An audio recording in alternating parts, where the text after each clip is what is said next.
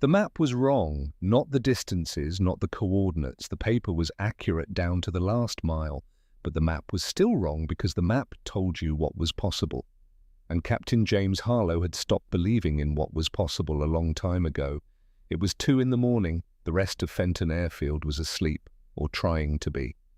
The barracks were quiet except for the sound of men rolling over on cots that were too small, in a heat that never really went away, not even at night. The Australian outback didn't cool down after sunset. It just shifted from a dry, open furnace to a closed, suffocating one. Harlow stood alone in the operations room, a single lamp burning on the table in front of him. The map was spread out under that lamp. He had looked at it every day for 3 months. He knew every island, every strait, every meaningless stretch of blue water between where he was standing and where he needed to be. He put his finger on Fenton. Then he walked it north, across the Timor Sea, past the coast of the Dutch East Indies, over the Makassar Strait, all the way to a small city on the northwest coast of Borneo, Balikpapan. He pulled his hand back and looked at the distance between his starting point and where his finger had stopped. Then he looked at the B-24 sitting on the tarmac outside the window, a big, dark shape in the darkness. 4 engines, long wings, a belly full of what the engineers called promise. Then he looked at his finger again. He folded the map in half, set it down, and said quietly to no one in the room, "Throw the book away." The men of the 381st Bomb Group had a name for themselves. They called themselves the Lone Rangers. It was partly a joke, partly a statement of fact. Nobody else was crazy enough to operate this far out. The nearest major Allied airbase was hundreds of miles away. The nearest friendly city felt like another planet. Fenton wasn't really a base, it was a scar. Someone had taken heavy machinery to a flat piece of red dirt in the Northern Territory and scraped out a runway, thrown up some tin-roofed structures, and called it a military installation. The flies were so thick in the mornings that men ate with one hand waving in front of their faces. The heat in the afternoon was not weather. It was a physical force that pressed down on your shoulders and made every step feel like you were moving through wet cement. Their weapon was the B-24 Liberator. Back home, the newspapers wrote about the B-24 in the language of gods and giants.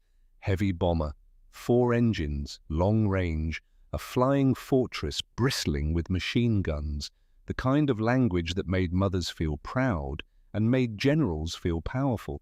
The crews at Fenton had different words for it. They called it the flying brick. They called it the aluminum coffin.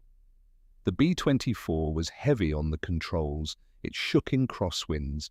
It burned fuel like a sick man burns fever. And it had a range, a hard, fixed limit of roughly 800 miles in combat configuration. 800 miles. In Europe, that was enough. You took off from England, crossed the Channel, hit a target in occupied France and came home in time for supper. In the Pacific, 800 miles was nothing.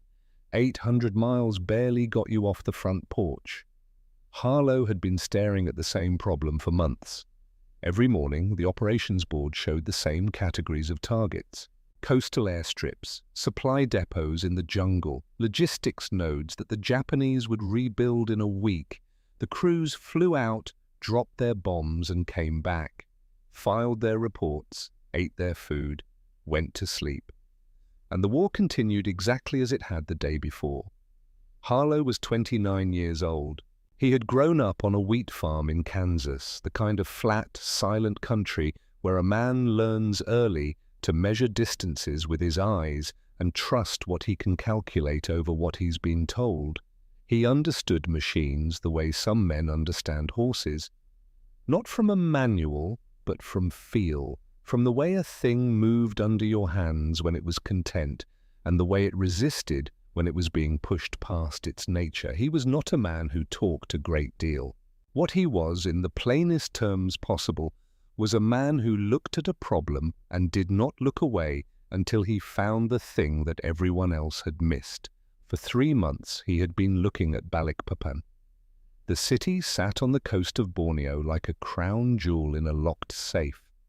It was an oil refinery complex, one of the largest in Southeast Asia, producing a massive share of the aviation fuel that powered the Japanese war machine. Every Zero that shot down an American pilot, every Japanese bomber that put a torpedo into an Allied ship, every engine that started over the Pacific in enemy hands was burning oil refined at Balikpapan. The American generals knew it. They had known it since the beginning. They looked at Balikpapan on the map and saw the throat of the Japanese Empire. But there was the distance. There was always the distance. Balikpapan was 2,600 miles from Fenton. The Japanese knew this too. Their base commanders had looked at the same charts. They had measured the same distances. They had concluded that the Pacific Ocean was a better defensive barrier than any wall they could build. Balikpapan had no serious fighter cover. Its radar stations were minimal. At night, the refinery ran at full capacity, with all its lights blazing, burning off excess gas in great orange flares visible for miles. They didn't even bother with blackouts. They were laughing at the Americans, not with words, with light. Harlow's idea came the way real ideas come, slowly, from the corner of the mind, in the dark, while everyone else was asleep. He had been reading the B-24 technical manual, not the operational summary. The actual manual with the engineering diagrams and the weight tables and the fuel consumption charts. One night he started writing numbers in the margin. The Sperry Ball turret, the spherical gun pod hanging from the belly of the plane, weighed over 1,000 pounds, not counting the gunner and the ammunition. The armor plating around the pilot and co-pilot seats added several hundred more. The waist gun mounts, the ammunition crates, the defensive systems that turned the B-24 into a flying fortress, together they represented thousands of pounds of dead weight, burning thousands of gallons of fuel that could have been used to close the gap between Fenton and Balikpapan. He wrote it all down. He ran the figures forward and backward. He slept on them, woke up, and ran them again. The range numbers shifted, not by a little, by enough. He took the idea to Sergeant Roy Thibodeau. Thibodeau was 24 years old, from a small town outside Baton Rouge, Louisiana, and he had been working on aircraft engines since before he could legally drink. He had the kind of mechanical intuition that cannot be taught, the ability to hear a problem in the way a machine was running and know what needed to be done before he even opened the cowling. His hands were permanently stained with oil. He slept with a wrench on his bedside table. Harlow laid out the numbers. Thibodeau looked at them for a long time without saying anything. Then he said, "You want to rip the guts out of a B-24? "I want to give it legs," Harlow said. Thibodeau looked at the numbers again. He picked up the pencil and added one more line, the weight of the auxiliary fuel tanks they could install in the bomb bay to replace the defensive systems. He put the pencil down. "It'll fly. The boys in Detroit will hate us for it, but it'll fly." Then Harlow explained the crew arrangement. On a standard B-24, 10 men shared the work. Navigator, bombardier, pilot, co-pilot, flight engineer, radio operator, 4 gunners. 10 sets of hands on 10 different jobs. Harlow's skeleton would fly with 4. Thibodeau would handle the engines. Lieutenant Cormac Sloan, a quiet, precise man from Boston who had never been wrong about a set of coordinates in 2 years of flying together, would navigate out, then move forward to the bombardier's position for the attack, then navigate home. The jobs that the other 6 men did, the guns, the radio, the defensive systems, those jobs would simply not exist. There would be no one to do them because there would be nothing left to do them with. Sloan, when Harlow told him, looked at the arrangement on paper for a long moment. Then he said, "I'll need to run the approach calculations before we cross the coast. Give me 30 minutes of dead air before the target." "You'll have it," Harlow said. That was the entirety of Sloan's response to being asked to do 2 men's jobs over the most dangerous target in the Pacific. They began the work in secret, at night, under the stars of the Australian outback, using flashlights and hand tools.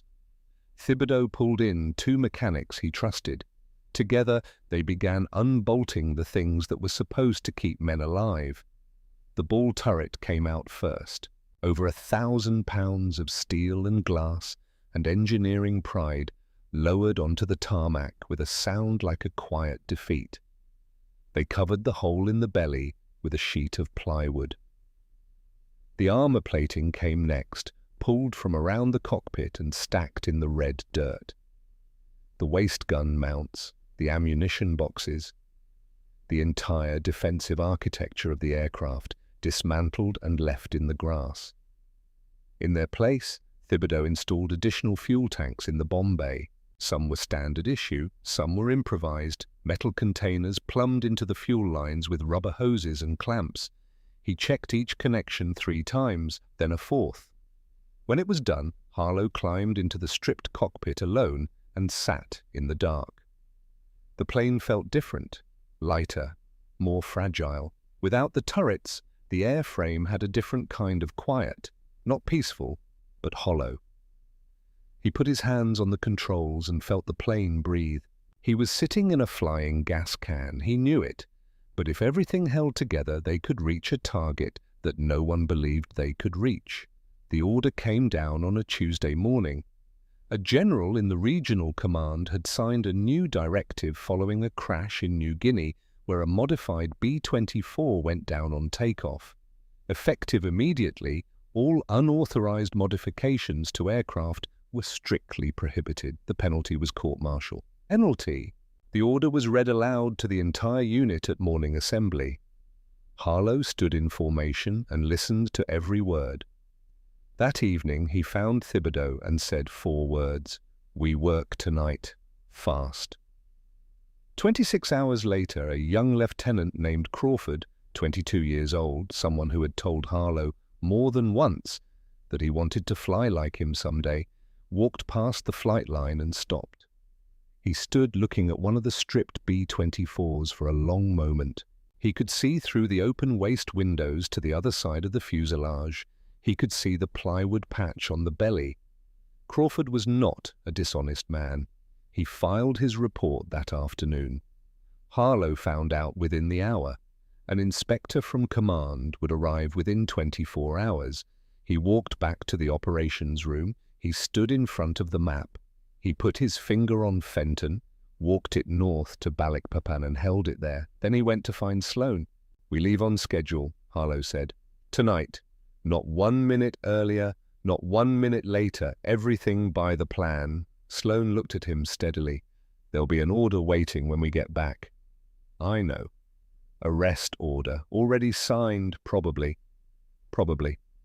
Sloan said nothing else. He nodded once and went back to his charts.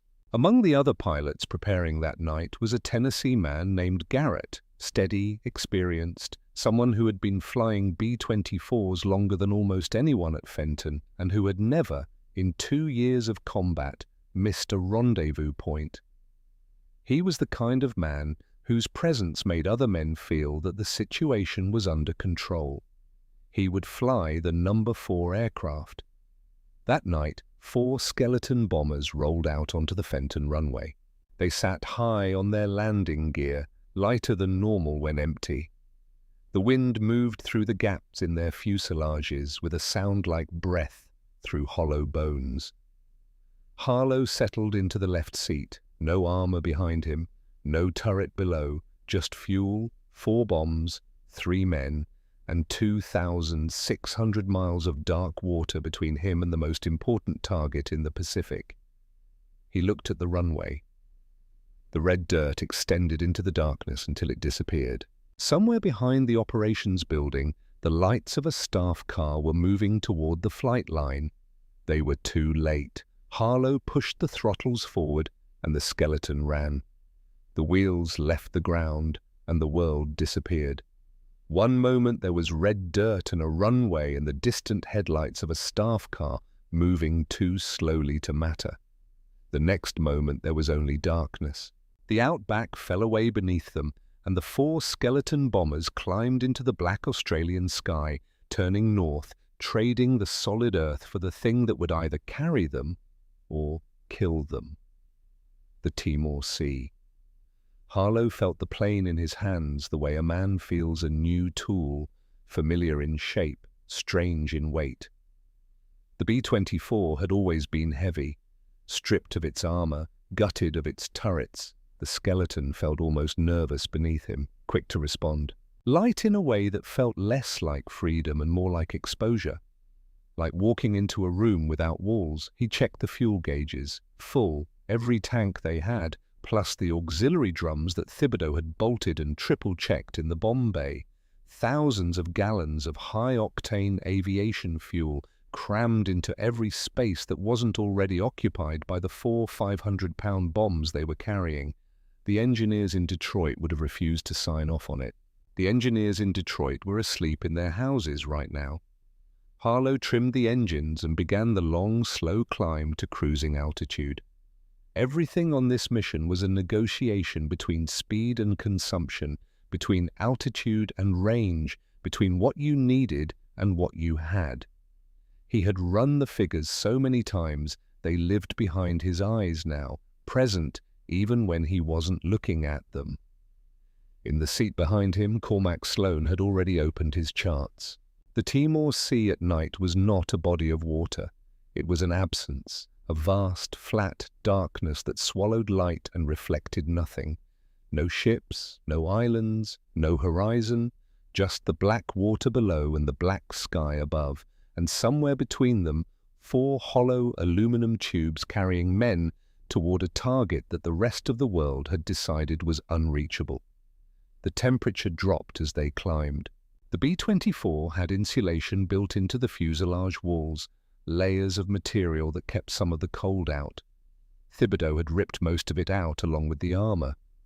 The cold came through the gaps where the turrets used to be, through the plywood patch on the belly, through every seam in the stripped-down skin of the plane. At 10,000 feet it was brutal. At 15,000 it was a different kind of punishment entirely. Harlow leaned the engines. This was the art and the danger of the mission. The thing no manual could teach you and no training could fully prepare you for. The fuel-to-air ratio had to be cut back until the engines were running on the absolute minimum amount of gasoline required to keep the cylinders firing. Do it right, and you extended the range by hundreds of miles. Do it wrong, lean them too hard, push the cylinder head temperatures past the red line, and the pistons would melt and the plane would fall out of the sky. He watched the temperature gauges the way a doctor watches a patient in crisis. Any spike, any wobble in the needle, and he would back off the mixture just enough to bring it down. It was like driving with the warning light permanently on, trusting that the warning line was not the real limit. For 17 hours, in the bomb bay, Sergeant Roy Thibodeau was fighting a different war. The auxiliary fuel tanks he had installed were connected to the aircraft's fuel system with rubber hoses, metal fittings, and hand pumps. As the wing tanks began to draw down, someone had to go back into the bomb bay and physically transfer fuel from the auxiliary drums into the main lines. That someone was Thibodeau. He worked in slow, deliberate movements, attached the hose, primed the pump, began to crank. The fuel moved in sluggish pulses through the rubber line. Thibodeau counted the strokes, watched the drum level drop and the main tank gauge rise, fraction by fraction, in the cockpit where Harlow sat watching everything at once. One thought lived in the back of Thibodeau's mind while he worked. Not fear, exactly, just awareness. The awareness that he was a human being inside a metal container filled with enough volatile liquid to vaporize everything within 100 feet. That the difference between this moment and the last moment of his life was a single spark, a loose wire, a boot heel scraping a metal edge, a static charge discharging at the wrong instant. He worked slowly, he did not rush. He had learned early in life that the men who survived were rarely the fastest. They were the most careful. He pumped until his arms burned, then kept pumping. 4 hours out, Sloane picked up a signal. It was faint, a fragment of coded transmission cycling through a frequency he had been monitoring since takeoff. He didn't need to speak Japanese to understand the pattern. Short pulses, repeated intervals. The signature of a warning broadcast. He leaned forward and touched Harlow on the shoulder. Harlow pulled one earphone back. Sloane spoke quietly, directly into his ear. "Listening station picked us up. They're broadcasting a warning toward Balikpapan." Harlow looked at the compass, looked at the black water below them. The calculation was simple and brutal. They were already past the point where turning back and going home were the same thing. Turning back meant a different kind of arithmetic, one that ended in the ocean regardless. He reached over and switched off the radio. He looked at Sloane, said nothing, turned back to the instruments. Sloane understood. He put his headset on and returned to his charts. The skeleton kept flying north. What Harlow couldn't know, what none of them could know up in the dark, was what had happened on the receiving end of that signal. The commander at Balikpapan had received the warning from his monitoring station. He looked at it, then looked at his map, then looked at it again. He kept a small ruler in his desk drawer, used for exactly this purpose. For the moments when someone brought him a report that required reality to be measured against the known limits of enemy capability, he measured the distance from northern Australia to Balikpapan. He put the ruler down. He told his duty officer that the monitoring station was probably picking up commercial traffic, or perhaps a weather reconnaissance flight that had drifted off course. He said this with the patience of a man explaining something obvious to someone who should already understand it. Then he went back to what he had been doing. No one turned off the lights at Balikpapan. They were 9 hours into the flight when Borneo appeared, not as a shape, not as a coastline, as a glow, a low, warm light on the northern horizon that at first looked like the moon rising through cloud cover. Harlow stared at it for a full minute before he allowed himself to understand what he was seeing. He called back to Sloane. "You seeing this?" Sloane looked up from his charts, looked forward through the cockpit glass, and was quiet for a moment. That's it. It was the first time Harlow had heard anything close to emotion in Sloane's voice in 2 years of flying together. As they drew closer, the glow resolved into individual lights, street lamps, building lights, the orange flares of gas being burned off the tops of the refinery towers, sending columns of fire 50 feet into the air. The oil storage tanks, massive, circular structures arranged in neat rows, were visible as dark shapes between islands of light. Harlow had imagined this moment many times. He had not imagined feeling angry, but that was what he felt, not triumphant, not relieved. A deep, quiet fury at the arrogance of the lights, at the certainty they represented. The Japanese commanders had looked at the distance and concluded they were untouchable, and their conclusion had cost men their lives. American pilots shot down by planes burning Balikpapan fuel. The lights were not just light, they were a declaration. He keyed the intercom. "Sloane, move forward. Take us in." Sloane folded his navigation charts, moved through the narrow fuselage to the bombardier's position in the nose of the aircraft, and settled in front of the bomb site. He was now doing 2 men's work in sequence, exactly as they had planned on the ground at Fenton. He made his adjustments. He confirmed his calculations. His breathing was completely steady. The man had ice in his blood. Ice. The approach was nothing like any bombing run Harlow had ever flown. There was no coordinated flak, no searchlights sweeping the sky. The Japanese anti-aircraft crews were at their posts in the technical sense. Weapons were loaded and pointed upward, but the men were not alert. Why would they be? Nothing had ever come from the south. The southern approaches were safe.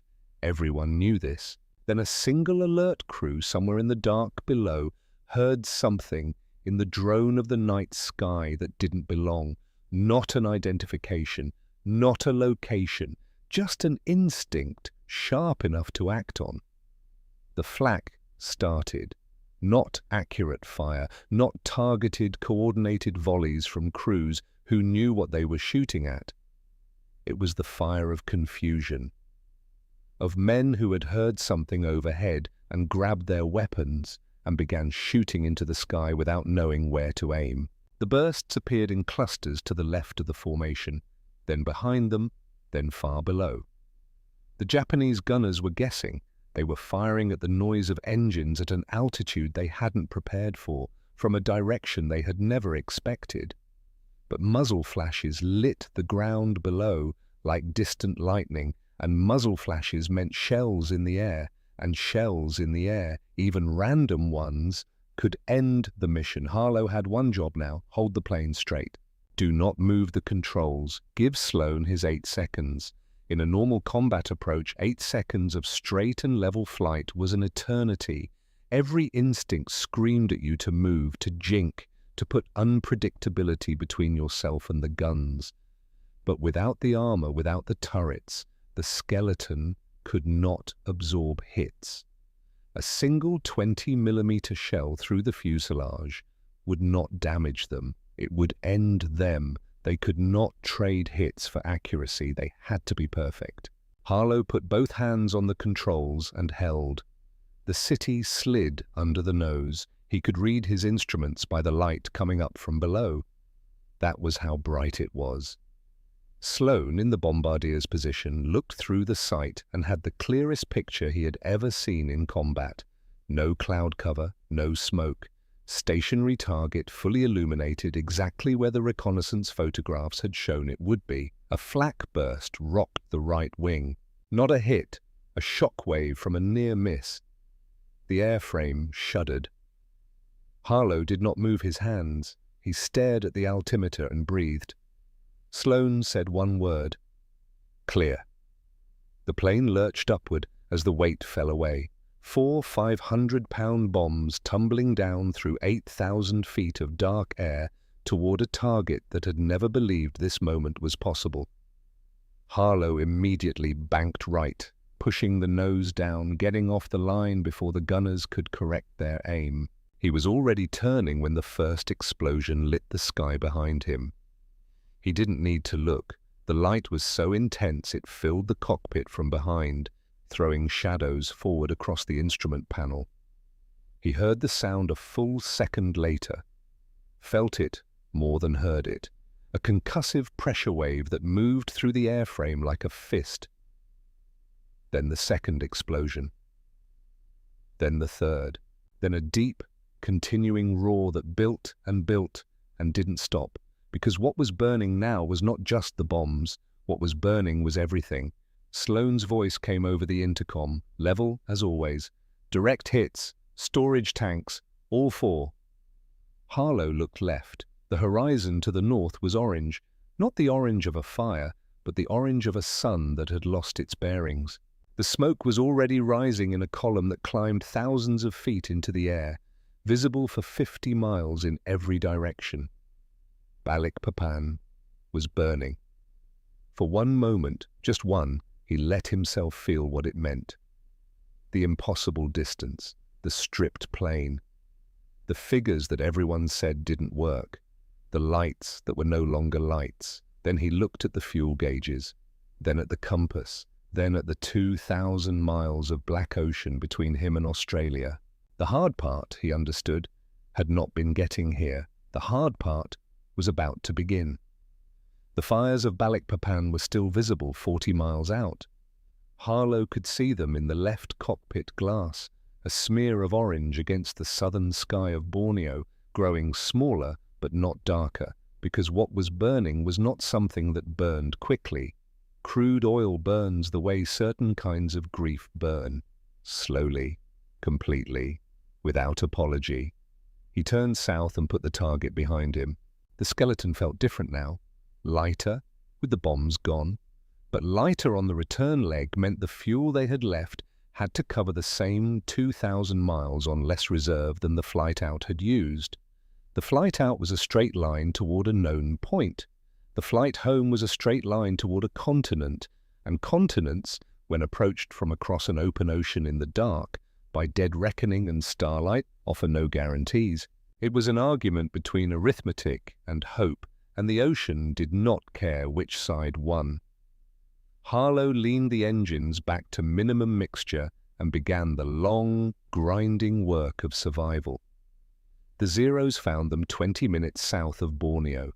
He saw them first as exhaust flames, thin blue streaks moving fast against the dark sky, the way you see fireflies in a field at night, there and gone and there again. Two of them, coming from the northeast, from the direction of the fighter field at Mangar, where the scramble order had gone out the moment the first storage tank exploded. Harlow did not reach for weapons. There were no weapons to reach for. He keyed the intercom. "Fighters, 2 o'clock high. Everybody know where we are." He pushed the nose down and went for the clouds. There was a broken layer at 6,000 feet. Not thick, not reliable, but it was what the night had given him.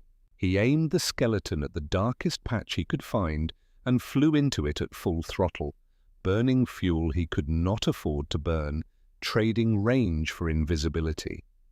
The cockpit disappeared into grey-white nothing. The instruments were all he had: airspeed, altitude, compass, the artificial horizon telling him which way was up in a world where he could not see his own wingtips. He held a heading of 185 for 40 minutes. No one spoke. Either the Zeros found them in the cloud or they didn't. Either the fuel held through the evasion or it didn't. All of those questions were being answered in real time, and there was no point in discussing them. When the cloud broke, Harlow eased the nose up and scanned every quadrant of the sky in the slow, methodical pattern that combat flying teaches you. Low left, low right, high left, high right, check 6. Nothing. Behind him, he heard Thibodeau exhale like a man who had been holding air in his lungs for the better part of an hour. Then Sloane spoke, and the relief curdled. His voice was exactly the same as it always was, flat, precise, completely without drama. That was the thing about Sloane that Harlow had learned to read like weather. When other men got quiet because things were going well, Sloane got quiet because he was thinking. When other men raised their voices because things were going wrong, Sloane's voice stayed exactly the same. That evenness, right now, was not reassuring. "We have a problem," Sloane said. Harlow waited. 40 minutes in the clouds on that heading. The wind shifted while we were inside. We've been pushed east. A pause. The sound of a pencil on paper. 60, 70 miles off track. Maybe a little more. Harlow looked at the compass, looked at the Ishir, looked at the stars now visible through the broken cloud above. The Southern Cross hanging in the southeast, where it was supposed to be, but at an angle that confirmed what Sloane was telling him. "If we maintain current heading," Sloane continued, "we fly over open ocean. We don't find Australia. We find whatever comes after Australia." A pause. "There isn't anything." "Correction. 15 degrees left. Hold it the whole way home." "Fuel cost? We'll be close." Sloane did not say close when he meant fine. He said close when he meant the margin had become the kind of number that kept men awake. Harlow banked the skeleton 15 degrees left without another word. He did not explain to the rest of the crew what had happened. What would be the point? They were going the right direction now. The wrong direction was behind them. He had been carrying the possibility of this moment since before they left the ground. 2 hours south of Borneo, the No. 3 engine began to die. It went the way tired things go, gradually with small announcements, a slight roughness in the power delivery, a cylinder head temperature that climbed 2 degrees above where it should have been, then 5, then 10. Harlow felt it in his hands before the gauges confirmed it. He had been running these engines lean since Fenton, the full 17 hours out, and now deep into the return. The Pratt & Whitneys had been operating past their rated limits for longer than any maintenance manual assumed was survivable. The probability of this moment had always been acceptable. Acceptable was different from zero. He feathered the No. 3 prop before it could seize.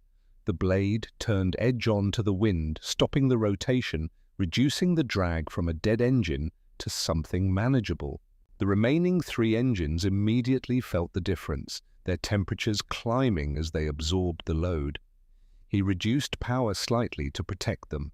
The airspeed dropped. Slower meant longer in the air. Longer meant more fuel consumed per mile. The equation that had been tight before was now drawn thin as wire. He called back to Thibodeau. "What do we have left in the ox tanks?" A silence. The sound of movement in the bomb bay, of a man checking things by feel and gauge in the dark. 2 drums with anything in them, Thibodeau said. His voice was carefully neutral. Maybe 30 minutes at current settings, 40 if the wind helps. Harlow looked at the altimeter, did the calculation in his head, checked it, did it again. They were going to be short. He called it out to the crew, not as panic, not as catastrophe, but as a problem that required immediate action. The crew moved without being asked. The empty fuel drums went out the waste windows, tumbling into the dark. The gun mounts came off their rails and followed. A case of emergency rations. One of the gunners, a young man from Ohio named Prescott, who had not spoken since Borneo, picked up his parachute and held it for a moment. He looked at Harlow's back. He had noticed an hour ago that Harlow's parachute was already gone. Prescott set his own chute by the waste window and pushed it into the dark. The radio call came at 3 in the morning. The voice belonged to Garrett, steady, deliberate, the kind of transmission a professional makes when he has assessed his situation and arrived at a conclusion and sees no reason to dress it up. 4 engines, all cutting out one at a time. We're not going to make it. Harlow pressed the transmit switch. Garrett, heading? South-southeast, same as you. We're just short. A pause. Static. The sound of a man measuring his words carefully against the time he had left to speak them. Tell them we found it. The frequency went quiet. Harlow kept his hands on the controls. He kept his eyes on the instruments. He kept his heading at 185, 15 degrees left of where the wind had tried to take them, aimed at a coast that was still more than 3 hours away. He did not look away from the instruments. He did not speak.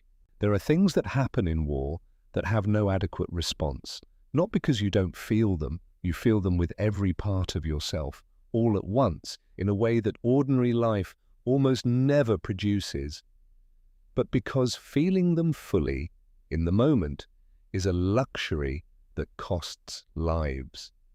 You file them in the place where certain memories live permanently, the ones that surface at 3 in the morning for the rest of your life. And you keep flying. Harlow kept flying. The sun came up behind them. It rose out of the eastern ocean like a slow, indifferent fact, golden and enormous, throwing light across the water in every direction, beautiful, merciless. Thibodeau came forward and crouched beside Harlow's seat. He looked at the fuel gauges, did his own arithmetic, silently, the way a man counts what's left in his pocket when he's not certain he has enough. "We're going to be very close," he said, "I know. The last drum's almost gone. After that, we're on wing tanks only." Harlow leaned the engines out another fraction, past the point he had thought was the limit, into territory the manual didn't cover, because the manual assumed pilots would never be here. The cylinder head temperatures climbed and held.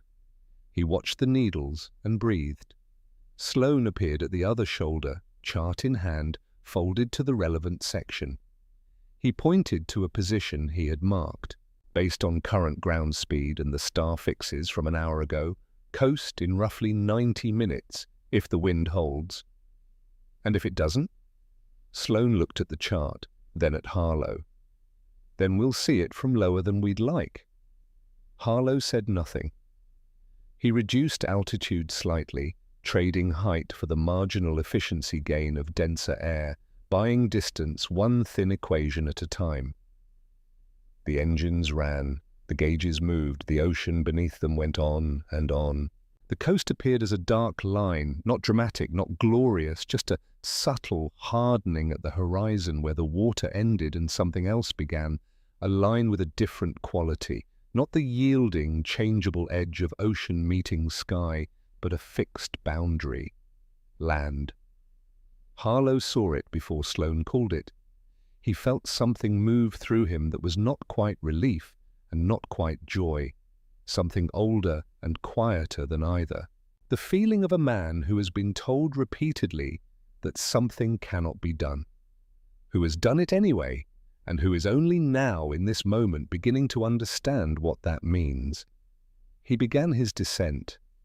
The number 2 engine coughed once, twice, then smoothed out. He left it alone, kept the descent shallow, trading altitude for distance at the rate Sloane calculated with a pencil stub in the grey morning light. The coast resolved into red dirt and scrub. He could see the flat geometry of the runway at Fenton, a pale stripe in the dark landscape, the most welcome sight he had ever seen from altitude. He called the tower without formalities. "Fenton, skeletons inbound, 3 engines, minimum fuel." The tower came back immediately. "Cleared straight in, all runways yours." He dropped the landing gear. The drag hit the airframe like a hand pressing down on the nose. He held the speed with the throttles, coaxing the last calculation out of 3 engines and a tank that the gauges now showed as empty, which meant he was flying on what physics allowed before physics stopped being polite. The runway came up fast. He flared. The main gear hit with a crack he felt in his spine. The nose came down. He stood on the brakes, and the skeleton groaned and shook and rolled, using every foot of pavement Fenton had to offer. It stopped with the nose wheel dipping into the dirt at the very end of the strip. He cut the throttles. The engines ran for 4 more seconds on residual fuel in the lines. Then, one by one, they stopped. Not because he shut them down, because there was nothing left to burn. The propellers made one final slow rotation in the morning air, and then they were still. The cockpit was the quietest place Harlow had ever been. He was still sitting in the left seat when the staff car reached the end of the runway. He watched it come, moving fast, trailing red dust. It stopped 20 yards from the nose of the skeleton. 2 military police got out. They were carrying papers. Harlow unstrapped. He climbed down through the nose hatch, and his legs were uncertain under him for a moment. 17 hours of vibration, of every muscle held in sustained tension. He stood on the runway and felt the solid earth and looked up at the Australian sky, which was the clear, hard blue of early morning. The MPS walked toward him. One of them said his name, said the words that had been waiting for him since before takeoff. Unauthorized modification, violation of standing orders, pending court-martial review. Harlow looked at the skeleton behind him. The stripped, battered, exhausted machine that had gone 2,600 miles and come back on fumes, and the stubbornness of 3 remaining engines. He looked at the plywood patch on the belly, the empty windows where guns used to be, the oil streaks running back from the cowlings like dark tears. He put his hands out. They put the cuffs on him in front of the crew, in front of the ground men who had come running out from the hangars. Nobody said anything. Thibodeau watched from the nose hatch with an expression Harlow would remember for the rest of his life. Not anger, not helplessness, but the face a man makes when he understands that the world is not always logical and that understanding it changes nothing. Sloane climbed down last. He stood by the landing gear and watched them take Harlow to the car. Before they put him in, Harlow turned and looked at Sloane. Sloane gave him one nod. Harlow nodded back. 2 days later, the reconnaissance photographs arrived. They had been taken by a high-altitude aircraft that flew over Borneo the morning after the raid, and they were passed from desk to desk through the chain of command with a speed that classified documents rarely achieved. When they reached the general's table, He looked at them for a long time without speaking. Balikpapan was still burning. The storage tanks were gone, the cracking towers were twisted metal. The docks where the tankers had loaded oil for the Japanese Navy were debris. The smoke column was visible in the photographs as a dark vertical smear that meteorological analysis suggested would remain readable from altitude for another week. Japanese oil production in the region had been cut in half, according to signals intelligence. The Japanese High Command, looking at the same photographs from the other side, was trying to understand how land-based bombers from Australia had reached a target they had guaranteed was unreachable. They were pulling fighter squadrons from the front lines. They were repositioning anti-aircraft guns away from the beaches to protect facilities hundreds of miles inland. They were defending a perimeter that had suddenly expanded to encompass everything, because if Balikpapan was reachable, then nothing was safe. The geography they had counted on had been erased in a single night. The charges against Harlow were withdrawn that afternoon, not announced, not explained. A piece of paper was placed on the table in the room where he was being held. 2 words, return to duty. He looked at the paper for a moment. He thought about Garrett's voice on the radio at 3 in the morning. He thought about the 4 bombs falling through 8,000 feet of dark air toward a target blazing with its own confidence. He thought about Prescott pushing his parachute out the window. He thought about Sloan in the bombardier's position, saying one word with the same tone he used to read a fuel gauge. Then he picked up the pen and signed his name. There was no ceremony, no handshake, no letter of commendation read in front of a formation. The men who had done the impossible thing were released back into the ordinary machinery of the war, which had been running without them and would continue to run whether they were in it or not. Harlow walked back to the operations room alone, still wearing the flight suit he had taken off in, which still smelled of fuel and cold air, and the particular quality of fear that comes from being responsible for other men's lives over open ocean in the dark. He found the map on the table where he had left it. He spread it open under the lamp, put his finger on Fenton, walked it north to Balikpapan, and held it there for a moment, feeling the paper under his fingertip. Then he moved his hand east to the next chain of islands, the next set of targets that lay beyond where anyone had thought to look. He pulled a fresh sheet of paper toward him. He picked up a pencil. He began to calculate.